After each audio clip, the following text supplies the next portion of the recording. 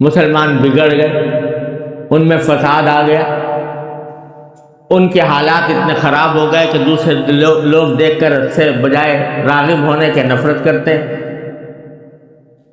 اور یہاں ہر ملک میں اس کے لحاظ سے مسلمانوں کی جو خرابیاں ہیں وہ بیان ہوتی ہیں، امانت نہیں رہی، دیانت نہیں رہی، اخلاق صحیح نہیں رہے، ہمارے ملکوں میں رونا رویا جاتا ہے، کرپشن ہو گیا، بدعنوانیاں ہوتی ہیں۔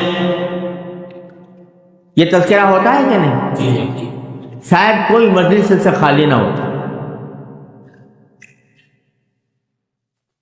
لیکن یہ تذکرہ تو ہوتا ہے کہ دوسرے بگڑ گئے۔ کبھی اس پر بھی ہم نے سوچا کہ ہم کتنے بگڑے، ہمارے اندر کیا خرابی، ہمارے اندر کیا عیب؟ سارے عیب دوسروں کو نظر آتے ہیں، ساری خرابیاں دوسروں کی نظر آتی ہیں۔ اپنا جائزہ لینے، اپنے گریبان میں منہ ڈالنے اور اپنی اصلاح کی فکر کرنے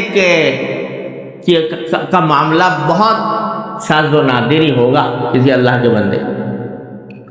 کوئی آدمی ایسا آپ کو نظر آیا ہو کہ وہ رات کو بیٹھ کر یہ سوچتا ہو کہ صبح سے لے کر شام تک میں نے جو زندگی گزاری اس میں کیا گناہ کیے،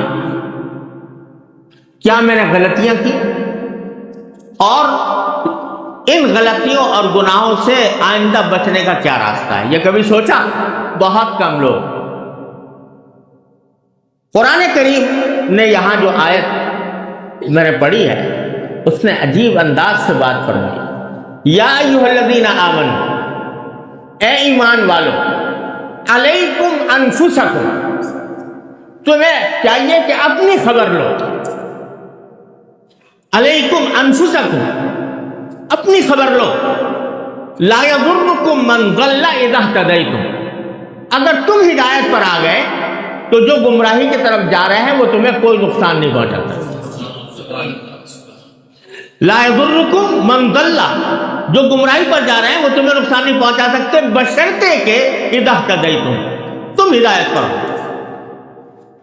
رہا یہ کہ بھئی دوسرے کیا کر رہے ہیں، تو الی اللہ مرجعکم جمیعا، تم سب لوٹ کے اللہ کی طرف جاؤ گے، فَيُنَبِّئُكُم بِمَا كُنتُمْ تَعْمَلُونَ، وہاں اللہ تعالیٰ سب کٹا چٹھا بتا دے گا کہ تم دنیا میں کیا کرتے رہے تھے۔